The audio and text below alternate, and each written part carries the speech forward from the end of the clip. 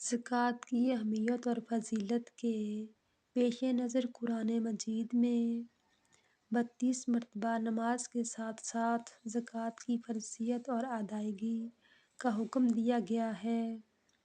زکوٰۃ صاحب استطاعت اور مالدار لوگوں پر فرض ہے۔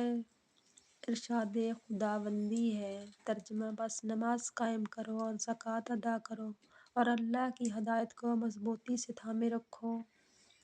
حضرت ابو ہریرہ رضی اللہ تعالیٰ عنہ سے روایت ہے کہ نبی کریم صلی اللہ علیہ وآلہ وسلم نے ارشاد فرمایا کہ زکوٰۃ ادا کر کے اپنے مال کو مضبوط قلعے میں بند کر لو اور اپنی بیماریوں کا علاج صدقے سے کرو، اور مصیبت نازل ہونے پر عاجزی سے دعا مانگو۔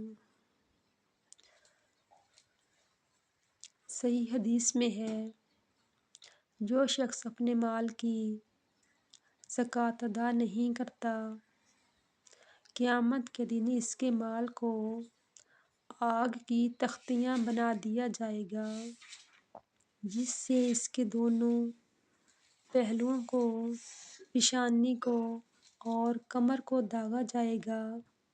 یہ دن 50,000 برس کا ہوگا اور لوگوں کے فیصلے ہو جانے تک تارک زکوٰۃ کا یہی حال رہے گا۔ اس کے بعد اسے جنت میں یا جہنم میں لے جایا جائے گا۔